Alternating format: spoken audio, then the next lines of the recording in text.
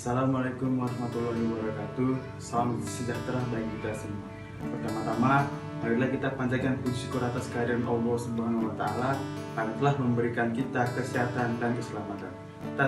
Dan tak lupa selawat beriring salam kepada Nabi besar Muhammad Shallallahu alaihi wasallam yang telah memberikan kita ataupun menggiring kita dari dunia kegelapan ke dunia terang benderang. Izinkan saya untuk memperkenalkan diri. Nama saya Zulfari Adhar. Saya dari Fakultas Hukum Universitas Muhammadiyah Sumatera Utara. Adapun maksud dan tujuan saya mendokumentasikan berupa video pembuka dan maksud untuk melaksanakan tugas kuliah kerja nyata saya secara mandiri yang bertema sosial budaya dan yang berjudul upaya pencegahan tindak kekerasan pada anak yang telah diatur pada Undang-Undang Nomor 35 Tahun 2014. Itulah video pembuka dari saya. Assalamualaikum warahmatullahi wabarakatuh.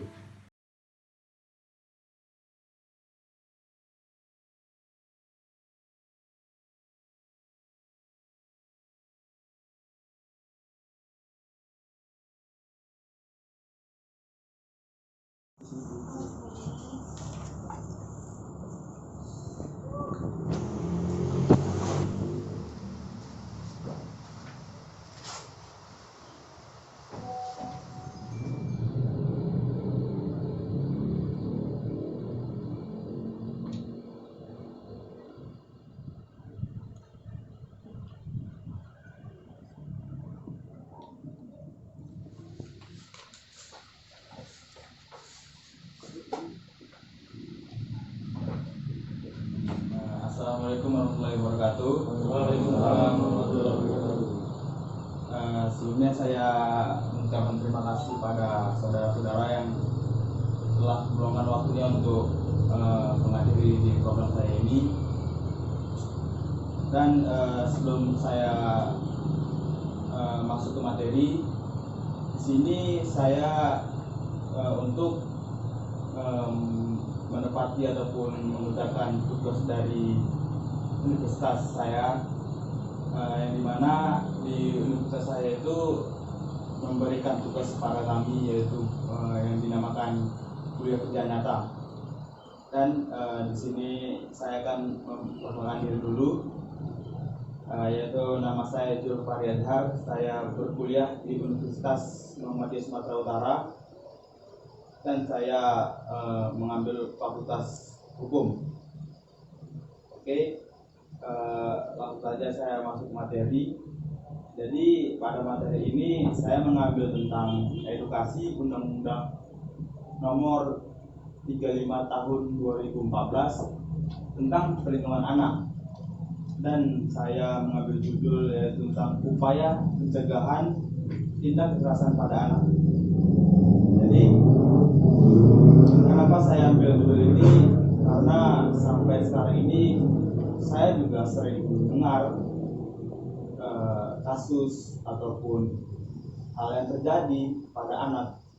Saya juga sering melihat di sosial media, di berita tentang kasus hal itu. Jadi menurut saya sangat disayangkan seorang anak diperlakukan seperti itu. Sangat tidak wajar, kan? Jadi seorang anak yang harus dimodali dengan etika, attitude yang baik, itu semua dari didikan orang tua. Selain dari dia diberikan pendidikan, yaitu dia disekolahkan orang tua, tapi lebih banyaknya orang tua yang lebih mendidik seorang anak itu. Masa depan seorang anak, tanpa dia sadari, dia tidak menunjukkan hal itu, dan dia pun terlalu sewenangnya untuk melakukan anak dengan cara kekerasan. Maka dari itu, ini saya membawakan materi ini untuk kita nanti bakal menjadi seorang orang tua, model gimana caranya kita untuk memberikan hal yang positif sama anak kita nanti. Dan yang saya lihat pun banyak juga orang tua yang memberikan ataupun mendidik anaknya dengan baik. Dia modali anaknya dengan moral yang baik, dengan attitude yang baik. Menurut saya memang seharusnya seperti begitu. Karena kan seorang anak bisa dilakukan juga penerus bangsa. Tapi ada juga orang tua yang memberikan didikan pada anak dengan cara yang salah. Seperti halnya orang tua mendidik anaknya untuk disiplin, untuk patuh, untuk attitude yang baik dengan cara yang salah, seperti memberikan kekerasan pada anak. Dia harus disiplin tapi mengajarkannya dengan cara salah, dengan emosi yang tinggi, dengan nada yang tinggi. Itu juga tidak seharusnya dengan cara begitu. Karena apa? Karena itu jadi beban tekanan juga pada anak. Dan ada juga orang tua yang tidak memberikan apapun oleh anak. Sebenarnya orang tua yang cuek pada anak. Dia tidak memberikan moral yang baik, tidak moral yang baik. Dia tidak memberikan ataupun mengajarkan etik dengan baik. Itu apa? Itulah karenanya banyak anak sekarang yang tidak tahu arah tujuannya kemana. Kita lihat banyak anak sekarang yang melakukan satu hal yang tidak baik, nggak seharusnya dilakukan. Itu yang tadi saya bilang, orang tua yang mengajarkan anaknya dengan didikan yang keras itu sangat berefek bagi anak. Karena apa? Karena walaupun anak dalam pola pikirnya dia belum bisa tertib orang dewasa, tapi dia bisa merekam apa yang dilakukan orang dewasa. Seperti halnya dia sering melihat orang beraktivitas dengan baik, kemungkinan dia akan bisa menjadi seperti apa yang dia lihat. Begitu sebaliknya, jika anak sering melihat suatu hal yang tidak baik, mungkin dia juga melakukan seperti itu kelak nanti. Jadi dalam hal ini ada juga upaya pencegahan kekerasan pada anak. Jadi kita lah juga nanti untuk mengajari anak kita dengan yang baik, dengan cara yang baik, yaitu dengan cara kita sendiri, tapi dalam hal yang baik. Jadi di sini ada beberapa upaya pencegahan kekerasan pada anak. Satu, mengelola emosi diri. Ada beberapa hal yang harus dapat kita membuat kita. Jadi gini, jadi ada suatu hal perbuatan anak yang sehingga membuat kita itu emosi. Kita tidak harus untuk menegur ataupun memberikan arahan dengan keras, tidak. Namanya juga anak, ya dia belum tahu apakah itu benar atau tidak. Jadi kita di sini bisa mengontrol diri pada anak itu, ataupun memberi arahan dengan nada yang lembut, ataupun memberi arahan dengan baik, lebih seperti itu.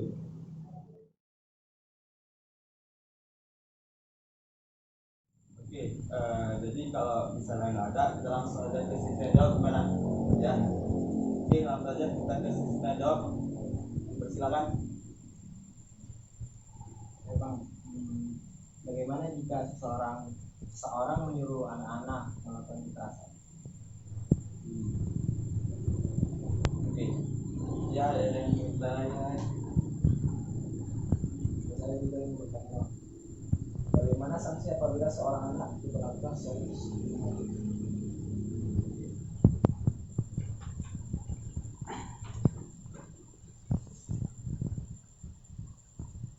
Tadi yang pertanyaan dari saudara Dimas ini, apabila seorang menyuruh anak itu melakukan suatu kekerasan,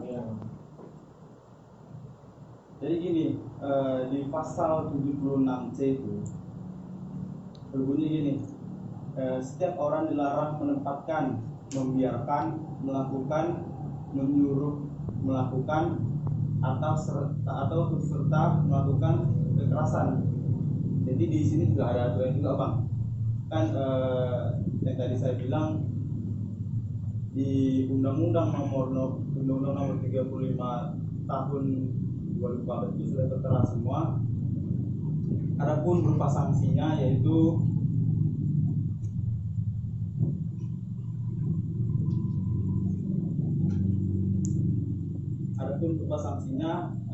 di pasal 80 poin 1,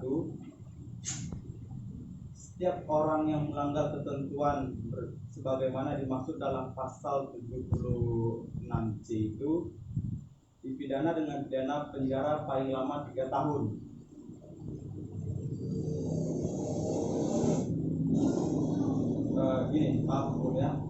Dipidana penjara 3 tahun 6 bulan gitu, dan dikenai denda 72 juta rupiah gitu, Bang.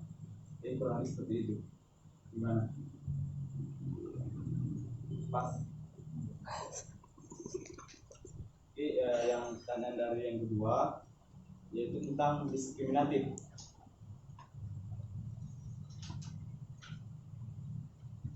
Itu juga sudah tertera di Undang-Undang nomor 35 tahun 2014, yang dimana tertera pada pasal 76A poin A, ya, yang dimana memperlakukan anak secara diskriminatif yang mengakibatkan anak mengalami kerugian baik material maupun moral sehingga menghambat fungsi sosialnya.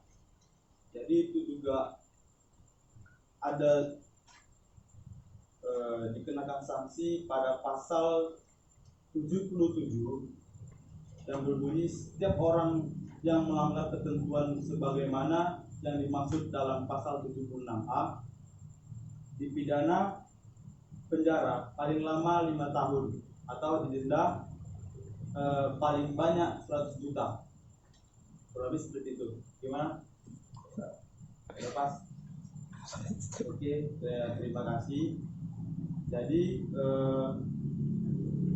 penutup dari materi saya,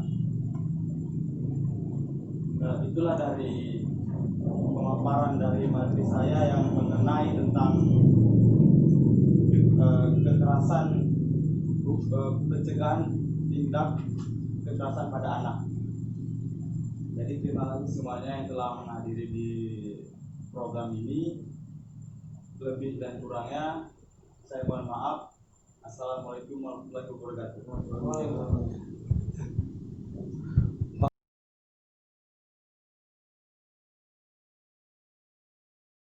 Assalamualaikum warahmatullahi wabarakatuh. Seperti yang telah tampilkan video sebelumnya, itulah hasil dari pelaksanaan tugas kuliah ketika saya secara mandiri. Besar harapan saya, semoga video ini dapat bermanfaat dan berguna bagi kita semua. Lebih dan kurangnya saya mohon maaf, dan kepada Allah saya mohon ampun. Assalamualaikum warahmatullahi wabarakatuh.